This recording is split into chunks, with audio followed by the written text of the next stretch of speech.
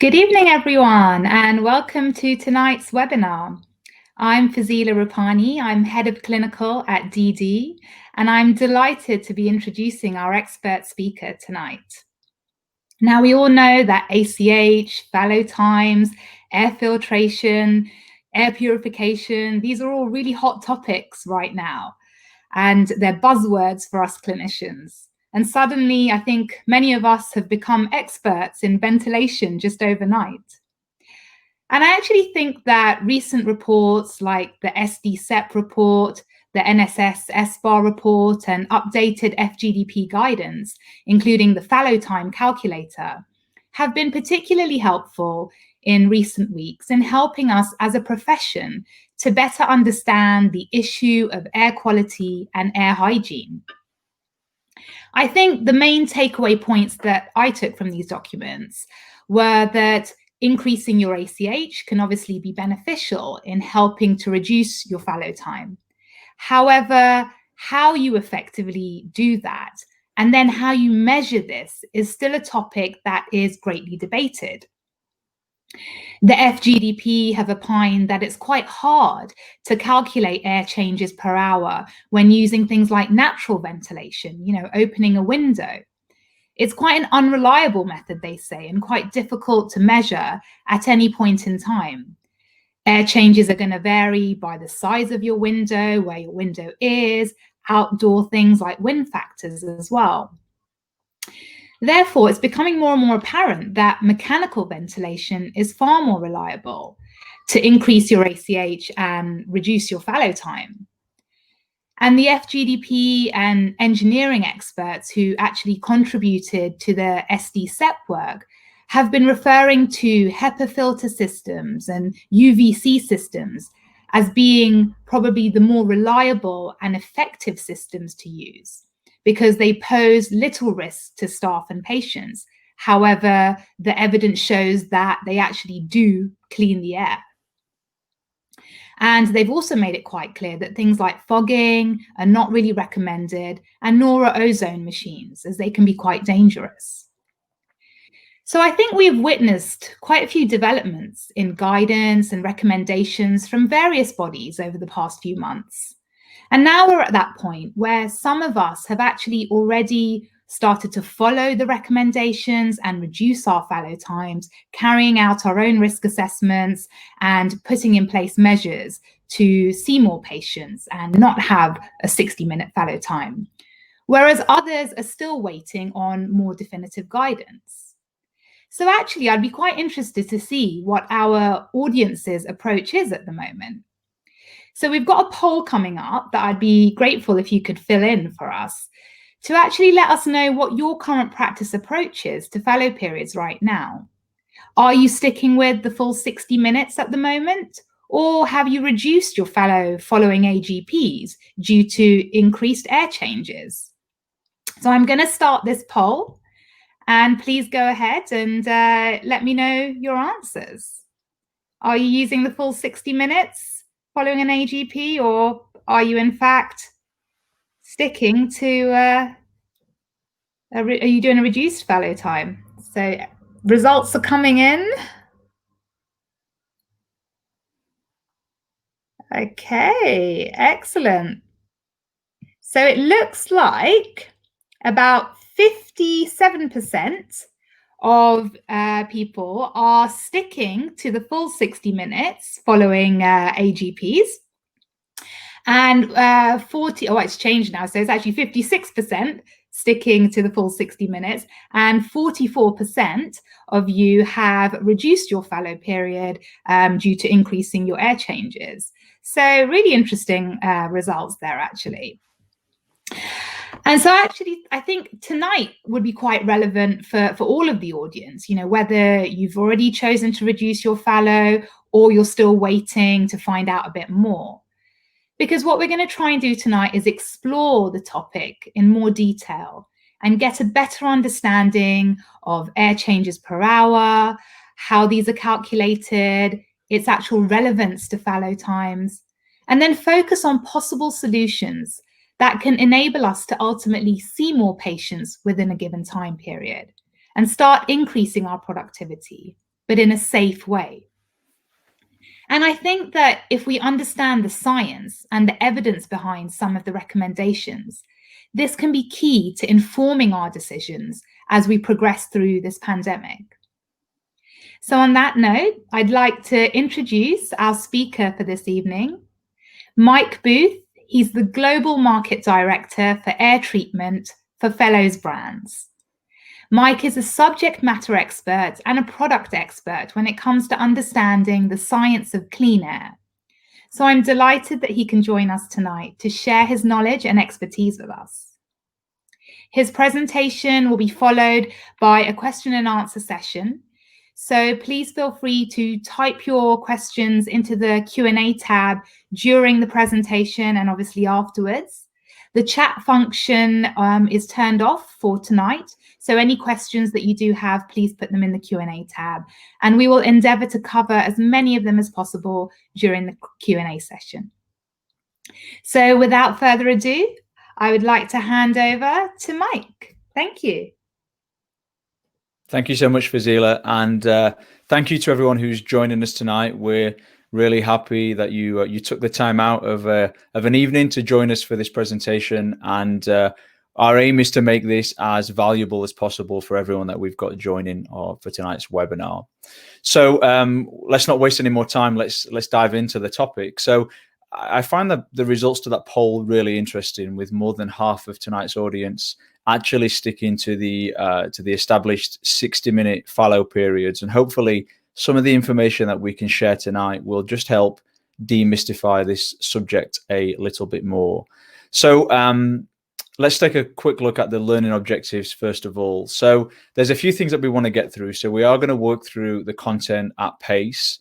We are going to make this content available after tonight's webinar, and it's certainly our plan to make sure we allow some time at the end for questions. So as Farzeela said, do make full use of that Q&A section on the right-hand side, and we'll make sure that we allocate some time at the end to get to that. So what do we want to work through? Well, first of all, really just take a quick look at how COVID-19 has really brought light to this situation right now, and really magnified the importance of clean air and air hygiene, especially when it comes to mechanical filtration systems.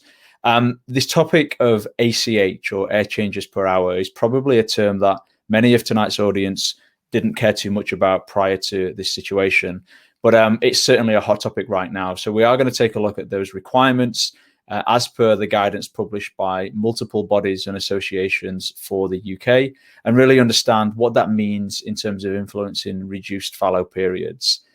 What is the meaning of an ACH, and understanding that not all ACHs are equal. This is really an important point.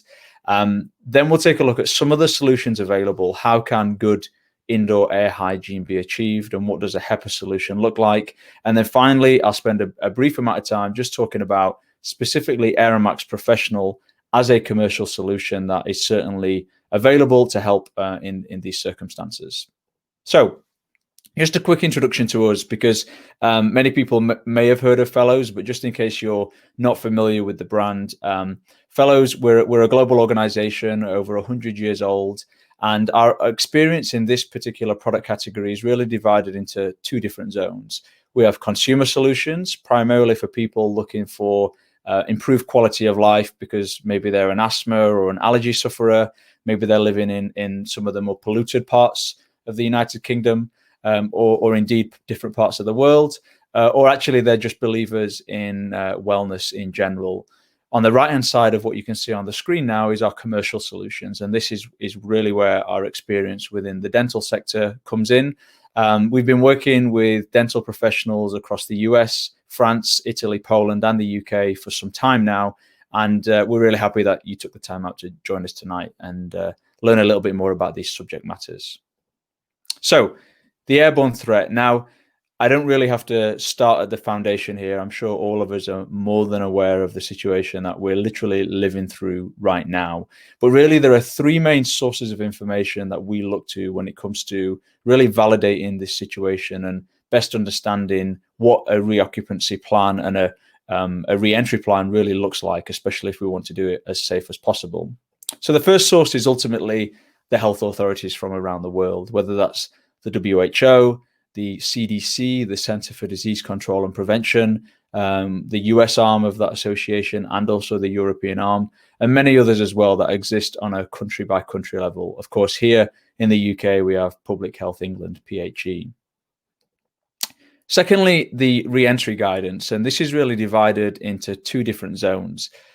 Broadly speaking, associations like ASHRAE or CIBSE in the UK or REVA, these are really associations focused on the built environment and really the thought leaders and the policy makers when it comes to all things related to heating, ventilation, and air conditioning. But of course, within this specific industry, there are many bodies and associations that are highly credible and highly influential in the guidance that they provide, whether that's the Office of Chief Dental Office England, Scottish Dental Clinical Effectiveness Programme, FGDP, or the College of General Dentistry as well. And we're going to look at some of the guidance published by all of these bodies and associations as we get into the details of those reduced fallow period guidance. Now, for the benefit of everyone joining tonight, we're assuming that we all accept that there's quite simply enough evidence out there to support the fact that there is an airborne transmission threat when it comes to COVID-19 and indeed other potentially airborne pathogens as well. There are risks that have been highlighted in relation to aerosol generating procedures within a dental practice environment, and it's considered to be enough of a risk that there are some mitigation things that can be put in place in order to introduce those fallow periods, but also in order to potentially reduce those fallow periods as well. And then finally, there's just a vast amount of data and research that's been conducted on this topic, whether that's academic or clinical. One of the best examples of this that we often refer to is the open letter that was published at the start of July, where 239 scientists grouped together and co-signed an open letter to the World Health Organization with the title, "It's Time to Address Airborne Transmission of COVID-19." So whilst some of the more credible and globally facing associations have taken their time to really admit the airborne risks, the expert opinion has been there really from day one of this virus hitting our planet. One thing that we always like to really underline is the fact that this for us isn't just about viruses. Now, we've been in this product category for almost a decade, and for us there are multiple things that can make indoor air go bad. The fact is that we spend around 90% of our time indoors, often sharing our air with other people for around 9 to 10 hours a day. And when you look at the EPA, what they clearly say is that indoor air can often be up to 5 times more polluted than outdoor air. This is ultimately just because of the way that we build our buildings today. Things like bacteria and viruses are obviously hot topics today, but asthma and allergy triggers, pollution, VOCs, volatile organic compounds, or things as simple as odors can all influence the way that we interact with our indoor environment and can have a serious impact on our quality of life and also our life expectancy as well. So our belief is that this situation not only is going to force some policy change in relation to air quality, but is going to leave a long-term lasting impression in the way that we think about the subject of indoor air quality. So we want to get right into the important content of today's webinar. So we are going to take a look at some of the guidance that's been published in relation to fallow time reductions. Now, just before we do that, I would like to see some results to a second poll that we'd like to use tonight. So don't worry, this is the last click that you're going to have to make on tonight's webinar, I promise. But this one is all around your current approach to improved air ventilation. Now, there's 4 options here. I'm interested, as part of those that are making some sort of fallow period reductions, what is your approach to that? So the options that you're going to see pop up on screen are that you're doing nothing, that you're using natural ventilation or open windows, that you're using some form of purification or filtration system, or finally that you're relying on your building ventilation or HVAC system. If you do take multiple approaches, try and answer with the one that you've really prioritized in your response to this situation. So you should see this pop up on the screen any second now. Okay, so if you just make one of those selections, nothing, natural ventilation, air purification or filtration system, and finally the building or HVAC building ventilation or HVAC system. Great. So we're starting to see those answers come through, and we have a clear favorite that is showing itself. Okay. So the first thing, great to hear that there's not many people doing nothing, only 2%. So that's positive that people are taking some form of action when it comes to improving their indoor air quality. The clear favorite here with more than 50% of the vote is natural ventilation or open windows. Goes without saying that is obviously the easiest to implement. We've all typically got some form of natural ventilation in a facility, so makes sense. And a third of tonight's audience using some sort of air purification or filtration system, which is great to see. So I'll close that just so you can see those results for yourself as well. Okay, super. So when it comes to these fallow period reductions, the first thing I wanted to share is just a quick summary, really, of the OCDO standard operating procedure update that was published right at the end of August 2020. So now one of the statements from the commentary around this update was one line that I think is particularly interesting to comment on, and that's that dentists and dental care professionals need to undertake contact, droplet, and aerosol precautions. So this guidance that was coming in association with the NHS was clearly recognizing the importance of airborne transmission risks within dental environments. So I did want to just provide a quick summary to some of the headlines that we can pull from this document. So first of all, this whole recommendation and guidance remains very closely connected with the PHE guidance as well. It continues to recognize both droplet and airborne precautions, so really underlining some of the risks there in relation to airborne. Just for consistency, so we're on the same page, it defines an AGP, an aerosol generating procedure, as any medical and patient care procedure that results in the production of airborne particles or aerosols. And from a dental perspective, these are described as we can see here: high-speed handpieces for restorative procedures, any sort of high-speed surgical handpiece, ultrasonic, mechanized scalers, and then the high-pressure 3-in-1 air syringe as well. So there's a link there to the document, and I'm sure many of you have spent some time taking a look at this. So a quick summary of 3 main documents that we can refer to as part of these reduced fallow period time reductions that can be achieved. The first one is that exact same document that we just took a look at, the OCDO. Secondly, the Scottish Dental Clinical Effectiveness Programme document that was published right at the start of October, so very recent guidance that's been published. And then finally, the FGDP CG Dent guidance, the collective guidance there that was published right at the end of September. So some really up-to-date guidance coming from these associations. So I'm going to unpack each of these one by one and just provide a brief summary of really what can we take from these guidance documents.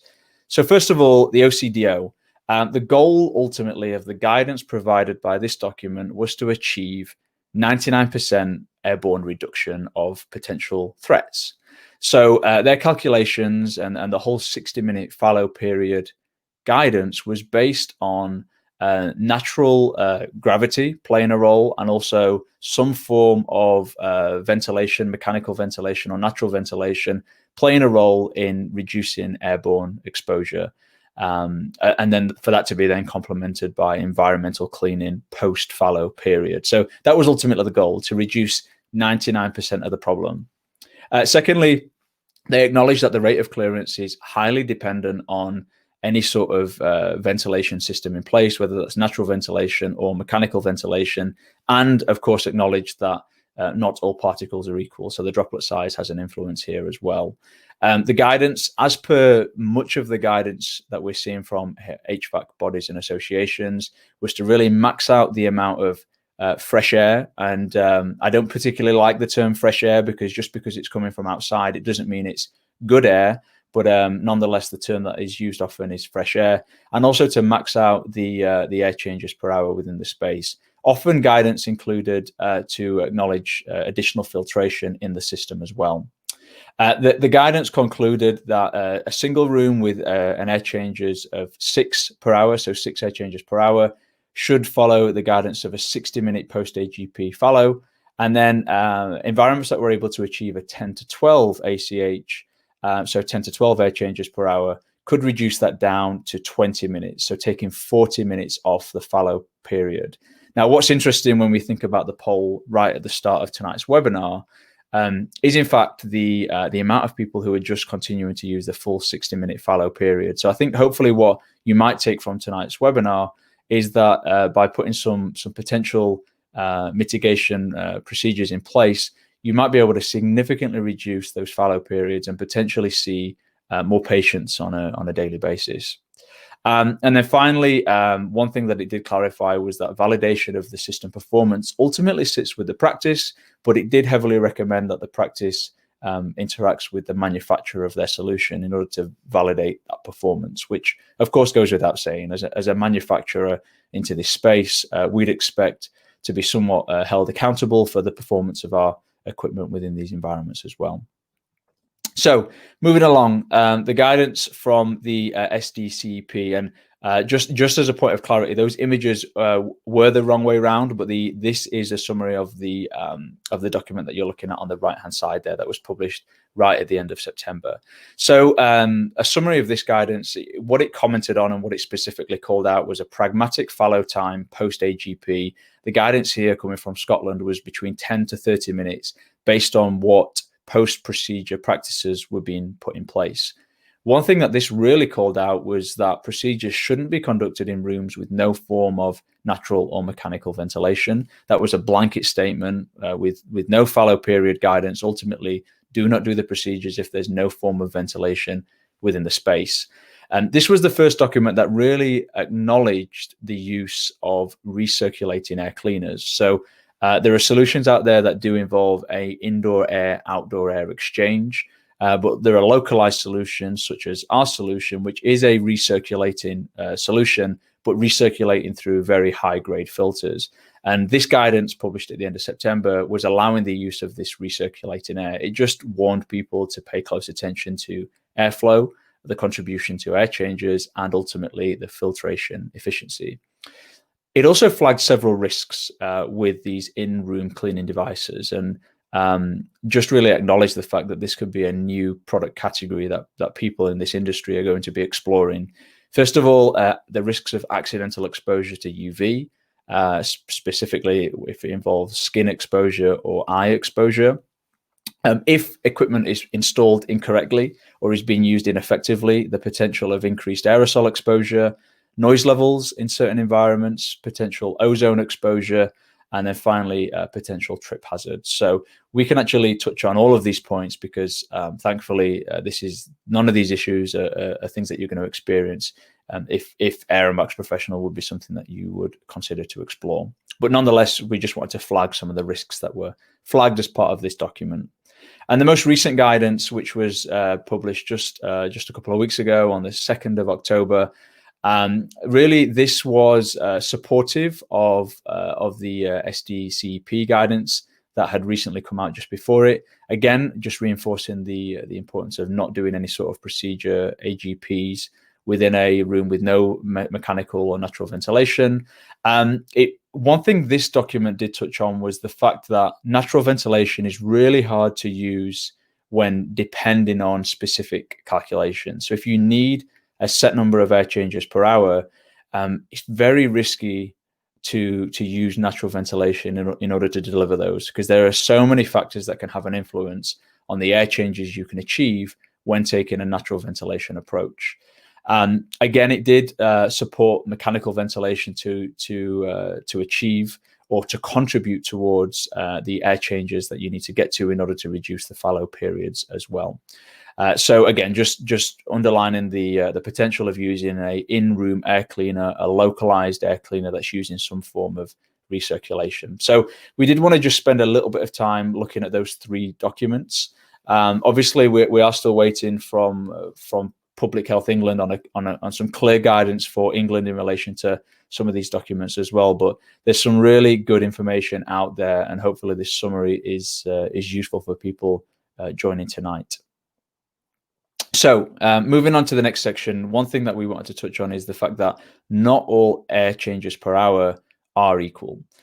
So ultimately, let's start at some of the basics. You're going to hear things like airflow and ACH in relation to a number of these different solutions and systems. So and airflow is basically the volume of air that any given solution is supplying or exchanging within a defined window of time. So typically within Europe, it's going to be referred to as cubic meters per hour. So that's just telling you the volume of air that a solution is providing or exchanging within that given time period.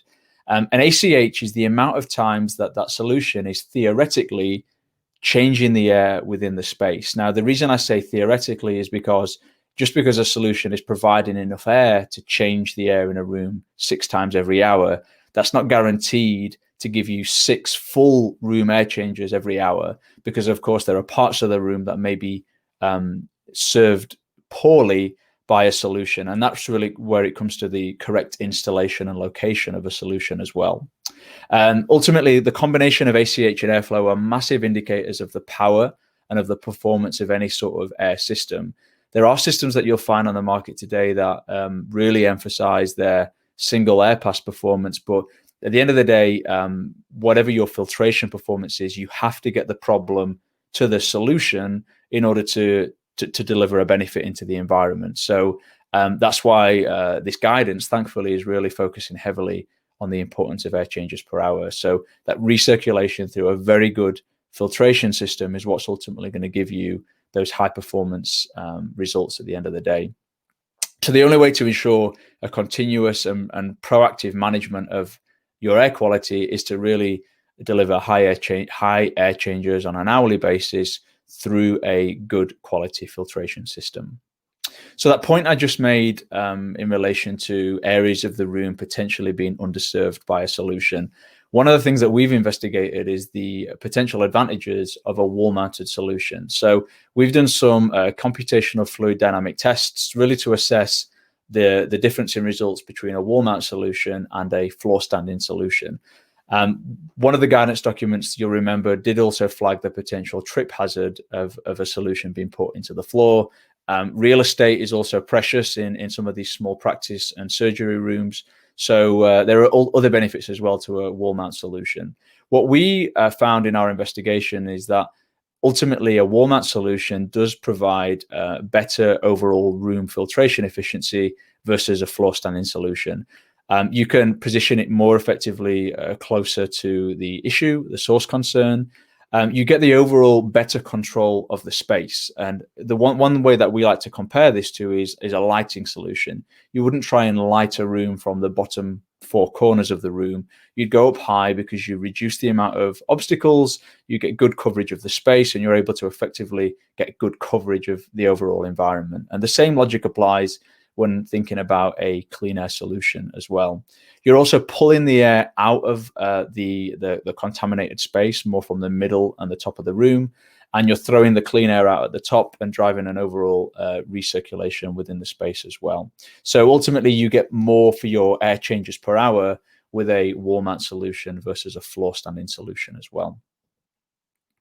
So what are some of the approaches that you can consider in relation to air hygiene?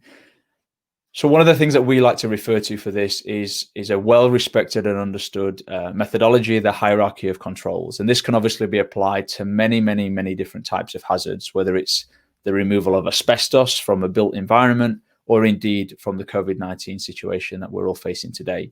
So what this looks at is the most effective control measures that can be put in place versus all the way down to the least effective control measures. So right at the top of this, you've got elimination.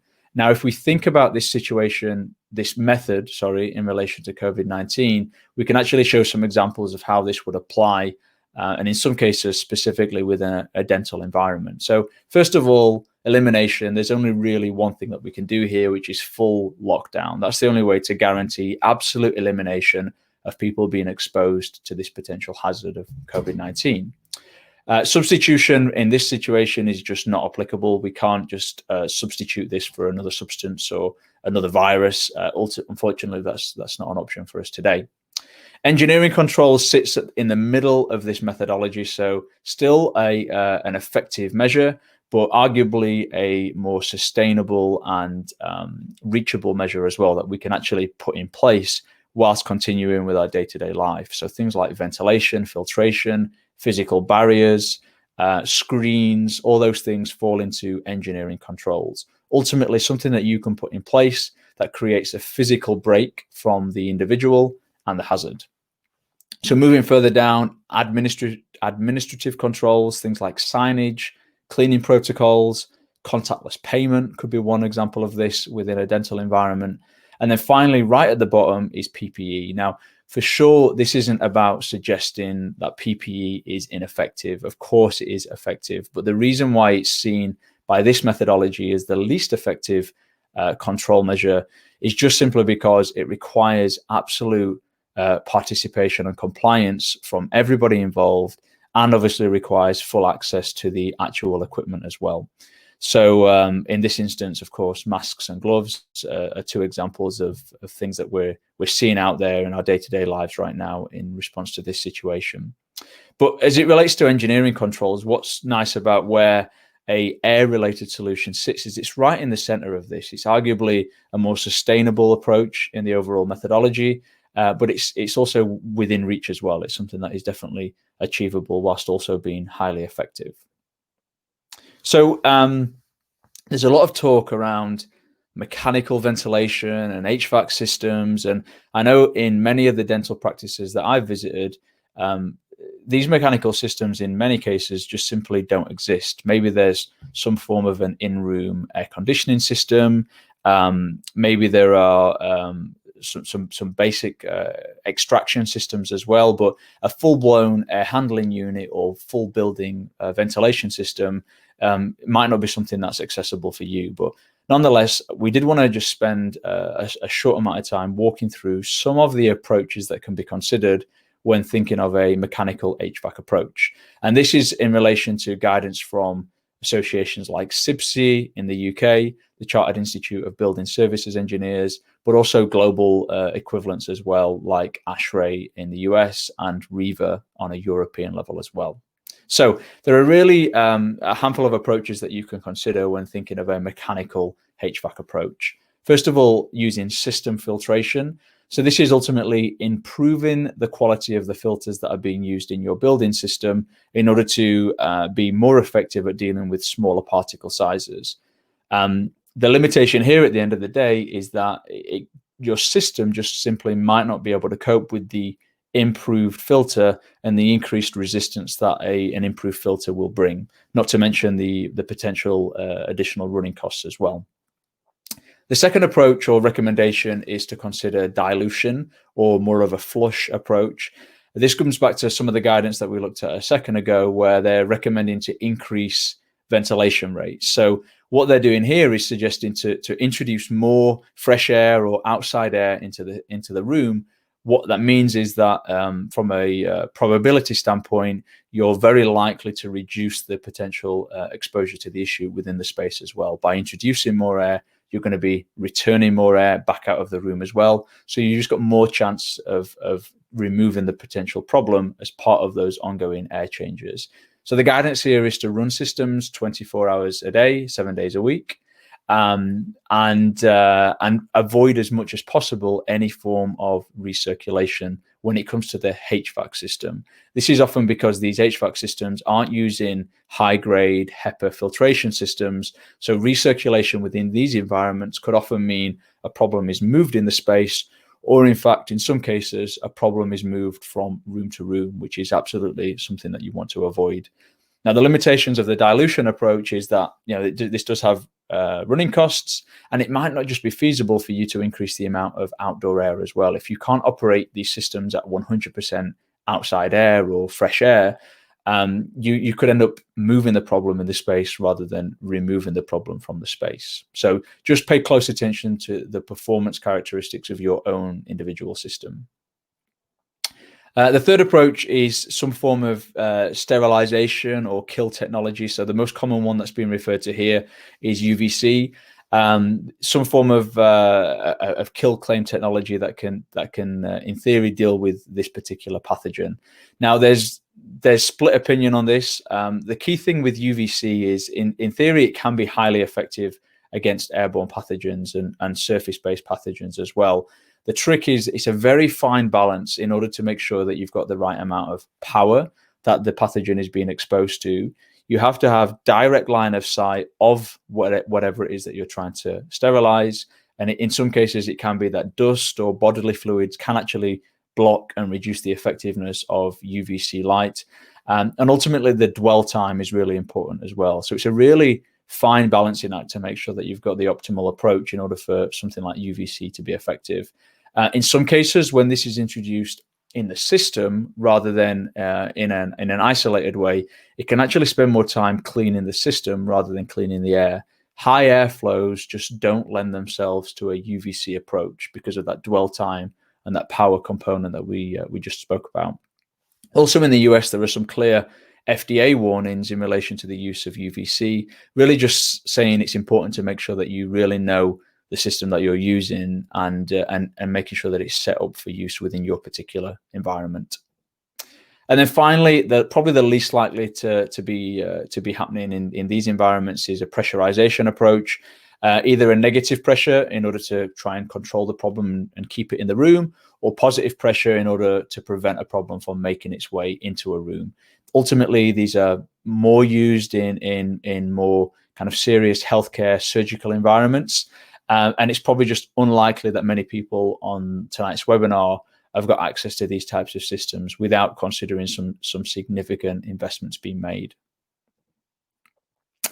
And then one thing we did see in the poll right at the start of my section here is the use of natural ventilation. So from memory, I think there was a significant percentage of people depending on natural ventilation. Over 50% of people were really relying heavily on this in order to manage their air quality situation. So I did just want to provide a little bit of guidance. There was one document that I was able to find, which was around natural ventilation in relation to infection control for healthcare settings, which was published in 2007 by the World Health Organization, really just identifying some of the challenges really with a natural ventilation approach.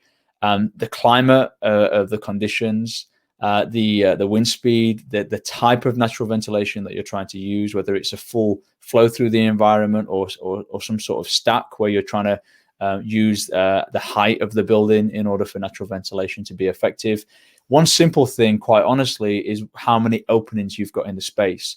One thing that we can all relate to is if you've got two doors open in your own home, the air movement within your home is significantly stronger than if you've just got one door open. Two doors, you start to have things slamming, and that's simply because there's more air movement because there have been two openings in the space. What's likely to happen within a practice surgery room is that the window would be open, but the door would be closed because of privacy and cross-contamination risks. So in that situation, what's likely to happen is that's going to have a significant impact on that natural ventilation approach. If you were to open that door, that internal door into other parts of the surgery, that would increase the effectiveness of the natural ventilation in removing the issue from that particular room. But the one watch out is that what that could do is move the problem into other parts of the practice as well. So just something to bear in mind. And this was identified in one of the three guidance documents that we looked at, just the risks really and the unreliability of a 100% dependency on a natural ventilation approach. So one thing that we wanted to do was just to put together some fallow period simulations, really showing the difference between some of these approaches that we've talked about.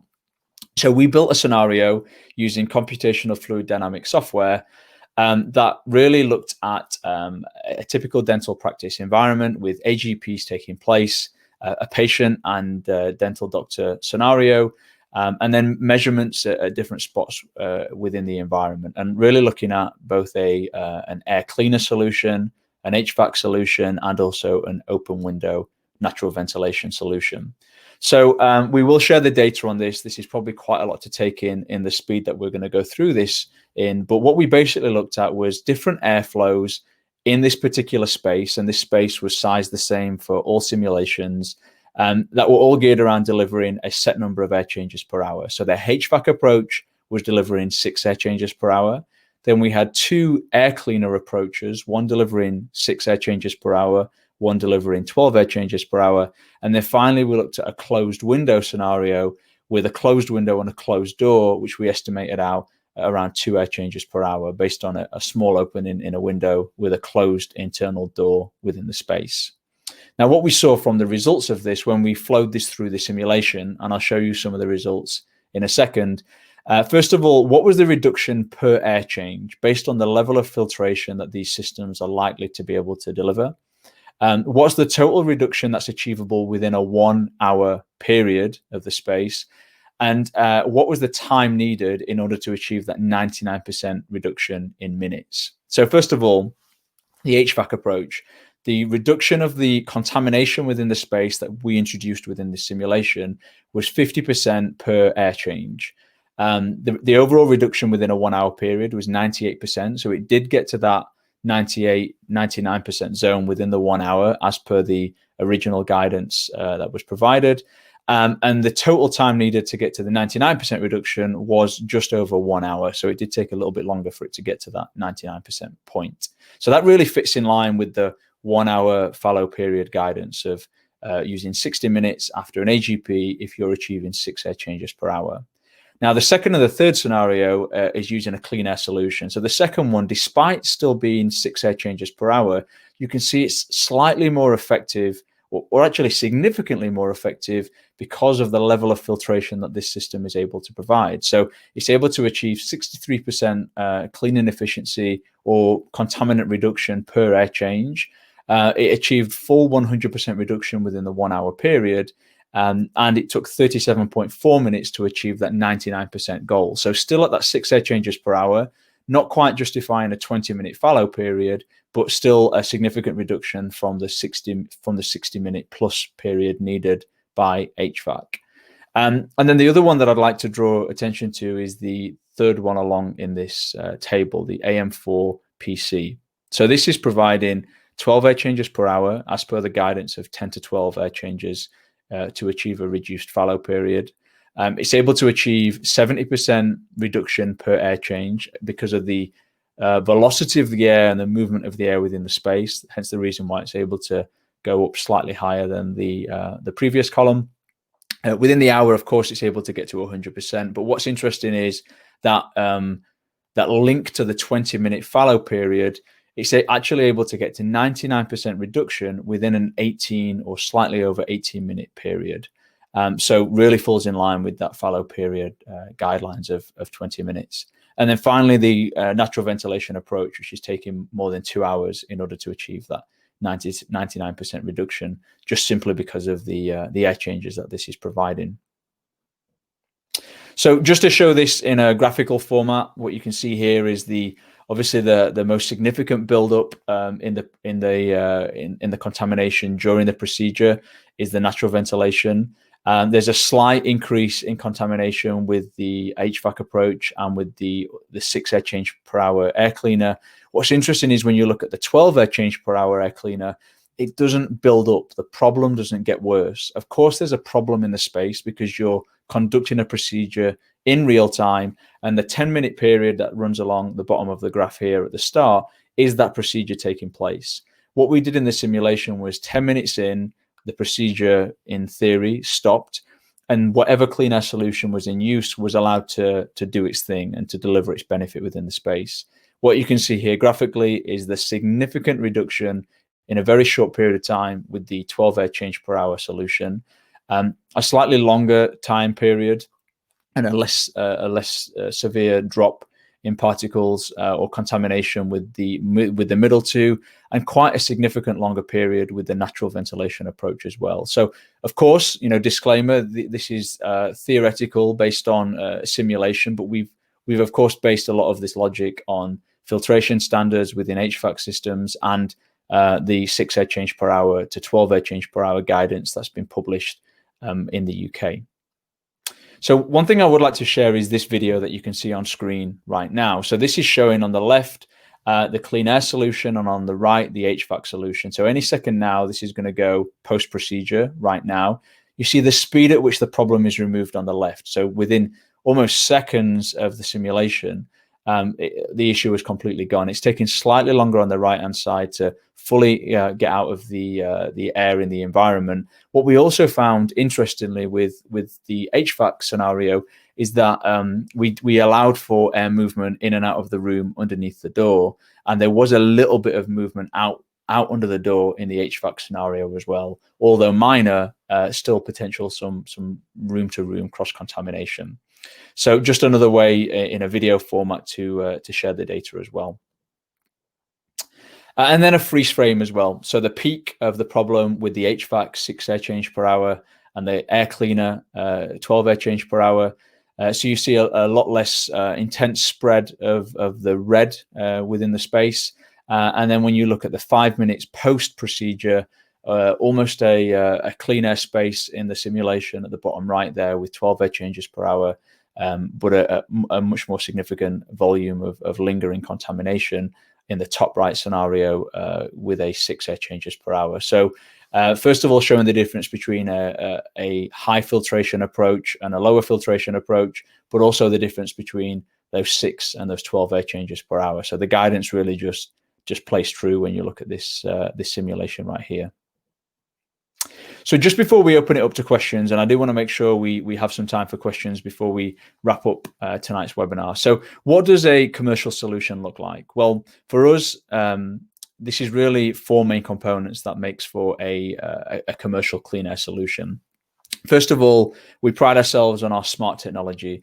So right now, obviously, there's a big emphasis on being able to guarantee certain levels of air changes on an hourly basis. Now, we're able to do this with our manual modes. You can set it to certain fan speeds. We have published data and tested data that backs up our fan speeds and links them to an airflow level. We combine that information with the size of your actual rooms, and we're able to then provide some peace of mind that you're truly delivering those air changes per hour with our solution in place. But on top of that, we also have smart technology, which if you're not trying to focus on these reduced fallow periods in every environment, or post-COVID, you want a continuous use of a smart system, our smart technology is really gonna work dividends here. So we have sensors built into the unit that are monitoring occupancy through sound and motion detection, and also particle sensors and odor sensors as well. What this basically means is the system is able to fully automate itself, adjust its fan speeds, and also show that data in real time right on the front of the unit. So we can show a clean air reading and deliver that peace of mind to your staff, to your clinical team, but also to your patients that are visiting the practice as well. Effectiveness for us is ultimately around our filtration technology.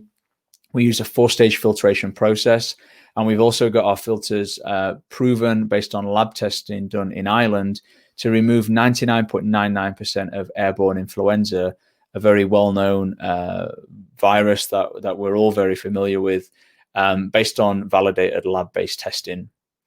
Integrated, as I already mentioned, we have a wall mount solution. So for us, this is about being part of the facility. We don't want this to be a trip hazard. And we also want to make sure we're installing it into a space that's going to guarantee that continuous performance and continuous management of your air quality. And then finally, for us, reliability is key. So our commercial solutions all come with a 5-year warranty and are built with 24/7, 365-day use in mind, with commercial grade components as well. Just really quick, one thing I'd like to touch on, and then we will open it up for questions, is some of that smart sensor technology. So this is the use of the sound, motion, odor, and PM 2.5 sensors, ultimately allowing the system to be as responsive as possible, but also energy efficient and allowing extension to filter life as well. So if there's a weekend period, for example, where the system's simply not needed, it will save energy and also preserve filter life during those periods. The minute someone walks back into the environment on a Monday morning at 6 a.m., the system will wake up and start to do its thing again based on the conditions of your space. And that screen technology that I mentioned, the PureView technology, that's the screen that's built right onto the front of the unit that can either display a definition of the air within the room at that point in time, either clean or cleaning, as well as an accurate real-time reading of the amount of pollution that's been removed from the space. You can actually show that data in real time as well, the PM 2.5 measurement. And finally, some indication of filter life remaining as a percentage, and then also warnings on the actual screen itself, warning you when there's 10% or less of the filter life remaining, just so you can get ahead of that and be changing those filters on time. The real benefits here is maximum data and visibility for the practice team, the management team, but ultimately that peace of mind for both employees and patients as well. I think we can all agree that's something that we could benefit from in today's climate. The filtration methods that I mentioned, we use that 4-stage filtration process. Really, the workhorse in our filtration process today is our true HEPA filter. This is what enables us to guarantee 99.97% filtration at the size 0.3 microns. But one thing that is often misunderstood with HEPA filters is that a HEPA filter does not stop working at the particle size 0.3 micron. The common misconception is that once it gets to 0.3 micron, that the performance of a HEPA filter just drops off a cliff, and it's absolutely not the case. The laws of physics actually support the fact that at smaller particle sizes, HEPA filters will become even more effective than 99.97% again at those super small particle sizes. And the science behind this all comes down ultimately to something that's called the Brownian movement, which is the way that really small particles attach themselves to the filter fibers as they're passing through our filtration process. And this applies to HEPA filters around the globe. And it's a common misconception, but I thought it was worth just clarifying that point as well. And then the certification that I mentioned a short while ago, this is our influenza certificate, which just backs up that 99.99% airborne removal of the influenza virus. We use the H1N1 virus for this test within 35 minutes of operation. Now, for this 35 minutes of operation, this was set to deliver 5 air changes per hour. So, of course, if we start to increase that to between 6 to 12 air changes per hour, would suggest a significant improvement to that time frame as well. So just before we open it up to questions, this is just an indication of what the AeraMax Professional range does look like. Our AM3 solution on the left here, that can be available as a stand solution, but of course our recommendation is the integrated wall mount model right now. This is the one that's able to deliver 5 air changes per hour in a 30 square meter room, but ultimately that goal, if that goal is 6 air changes per hour, by setting it to manual fan speed 4, you're going to achieve that in a 16 square meter room, guaranteed air changes per hour. On the right hand side is our larger unit. This is the one that was used in our simulations of the 12 air changes per hour. So if we use this set to our manual fan speed 4, so not our highest fan speed, because we're conscious of that noise level, which was part of the warnings. So that's going to run at around 53 decibels, which is an acceptable noise level to be used, especially if it's going to be utilized primarily post AGP. That's going to deliver 12 air changes per hour within a practice room that's sized around 16 meters squared, based on a 2.5 meter ceiling height. And of course, we'd be more than happy to provide any additional information, or if there's anyone who would like some guidance on the solution required for their particular practice or rooms within their practice, we'd be more than happy and are on standby to help on the back of tonight's webinar. But that being said, I do want to open this up now to any questions that our audience has. So I know Farzeela has been keeping an eye on the question tab. So Farzeela, do we have any questions from the group?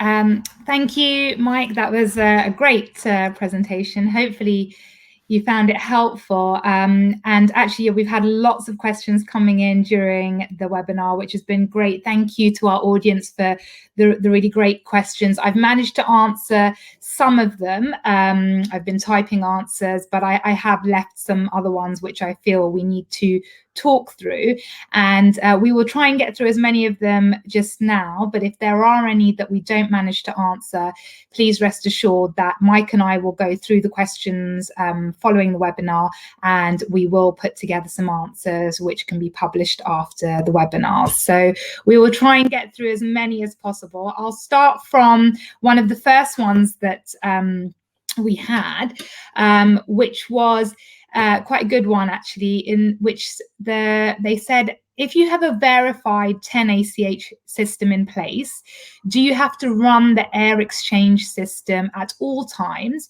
or is it okay just to have it on during the AGP? And I know, Mike, you and I have discussed this before, which is why I thought it'd be a good one to start with. Yeah. So my understanding is that the real emphasis is the post AGP period. That would be my understanding of this. So the guidelines suggest to if you have a system, it makes sense to run it at all times, because that's going to give you the most optimum air quality management approach. But if the question is in relation to the guidelines, I believe in order to satisfy the guidelines, it really is from the start of the procedure to the end of that defined fallow period. But for me, it would make no sense to have something in place. If you've got something installed and the ability to achieve those air changes per hour, then it would make a ton of sense to just utilize that on an ongoing basis, because it's just going to benefit everyone in the practice and ultimately reduce people's risk. Okay, thank you, Mike. And the next one, which has been asked, is that if a wall-mounted unit is used, should any windows be closed, as say with air conditioning? Yeah, I mean, if you're opening a window for a climate benefit, from let's say it's the summertime and you want to have some kind of natural cooling in the space. We don't say for people using our systems that you have to have, all of your windows closed when you're using them. But that being said, you are going to get some overlap with air changes per hour by having multiple things running. Given that right now we're coming into this second wave and we're also coming into the winter period, for me it would make sense to focus on the mechanical approach in today's climate, especially if you're going to be using any sort of heating system in the environment. Then why waste the energy and have that heat escaping through the window at the same time? Ultimately, if your mechanical filtration system or mechanical ventilation system is able to get you to those air changes per hour, you don't need to have the window open to further complement that. And it's really not going to do much more on top of those systems, especially if if the internal door is closed. Thank you, Mike. Another one is about the filters and how often filters need to be changed. And I actually think this is quite an important one, because one of the things that I picked up on, especially with regards to FGDP guidance and some of the key speakers who have been talking about this, is the fact that they're all saying if you are using a system to help you to improve your ventilation, positioning is where you position the unit, and also servicing and maintenance, and making sure that you actually have adequate servicing and maintenance done by properly trained professionals. It is essential, and I think that's a really important thing to note. I mean, we as dental professionals do this anyway with all our other equipment. We get it serviced by reputable companies to make sure that we are achieving the standards that we need to. And so I think it's just as important to do it for these types of systems. And I guess that brings us on to the filter and how often it needs to be changed and who changes it. Yeah, good question. So the core filter in our filtration process today that's really doing the bulk of the work is the HEPA filter. That's going to require changing on average every 12 months. So once every 12 months is what's needed there. One question we often get is, do I need to change my filter more because of the COVID situation? And actually, it's the opposite. A filter that's 1 day old is actually going to be more effective than a filter on its on its first day or on its first minutes or hours in the system. So these filters actually, their efficiency increases with time. So the official guidance from the likes of CIBSE and ASHRAE, whether it's a system filter or a localized filter, you don't need to increase the change frequency just because of the COVID situation. So that's the guidelines. There is every 12 months for the primary filter in our system. The carbon filter, which is there for odors, VOCs, chemical vapors, that's every 6 months. But we also have the option of combining the two filters into one solution, which is a single hybrid filter, which is a once per year filter change. So a nice and simple filter change process. And then, like you said, Farzeela, the importance really of that service model. So for the UK market, we partner with DD Group, who are on hand, of course, to provide that service and that guidance on that installation location as well, because that is really critical. And that's one benefit of an integrated localized solution, is that where it's installed on day one is where it's going to continue to do its job on day 2, 3, 4, and 365 as well. And I think actually that point about, installation and asking an expert is a really valid one, because again, it has come up as one of the questions. And I've certainly, when speaking to colleagues and listening to other people speak, the big question that everyone is asking, are these units approved by PHE, CQC? What's the regulator going to say? Who's signing this all off? And actually, the answer is, as we know, all these reports have come out and they are still very much recommendations. They haven't made it yet into official guidance. And we're not likely to see the CDOs saying that this particular system is going to be the one that you have to invest in or the one that you have to go for. They're going to give very generic advice and generic recommendations. And so I think we have to also use what's been recommended by people such as SDCEP, the FGDP, who have gathered evidence and reviewed the evidence. And then we have to make an informed judgment ourselves and then carry out a risk assessment, calculate our ACH, engage with expert engineers or engage with expert manufacturers such as fellows who have evidence to support such units, and then look at, will this unit have an impact for me in my surgery, which is this particular size, and then make a judgment call. And I actually think that if you have all of that evidence and you gather it and you document it, just like the fallow time calculator is suggested by the FGDP, documenting your thought process and everything that you are using to mitigate the risk, that should actually be enough, hopefully, to satisfy the various regulators. Because at this stage, there is no official recommendation from them or no official standards that you have to meet. It's a question of just mitigating risk as much as possible and documenting and evidencing this. Yeah, I completely agree. And I think that, these associations are never going to go all the way to saying product A or product B is exactly what you need. But I think the guidelines that have been published are, clear enough that you can calculate an approach and, like you said, put everything in place to ensure that you've done everything in your power to reduce that risk as much as possible. So, agreed. So another question, I know we're running short of time, but a couple of people have asked about ionization systems and plasma kill technologies. Any views or thoughts on these?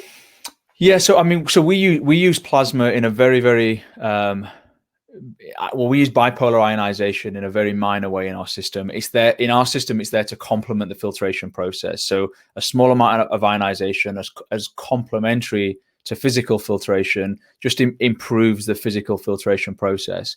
Standalone ionization, oftentimes there's concerns with ozone. That was flagged by one of the guidance documents that we looked at, the potential ozone risks. We know that we measure at a very safe level when you look at global standards of ozone generation. It's basically classified as negligible. I would just be concerned with using a standalone ionization approach, especially when trying to deal with those high air changes. Ultimately that's the guidance, is air changes. And the question comes to, what are those air changes being passed through? And high air changes that are not going through a good quality filtration process, for me, become questionable. So I think physical capture in this circumstance is really what's been prioritized when I look at the guidance that's been published. Yeah, thank you. I think that totally makes sense. I'm just looking at the next few questions with regards to, can I ask why the efficiency of a HEPA increases with time? Yeah, good question. So it's just the testing, the 99.97% testing at 0.3 micron is done obviously with a fresh filter.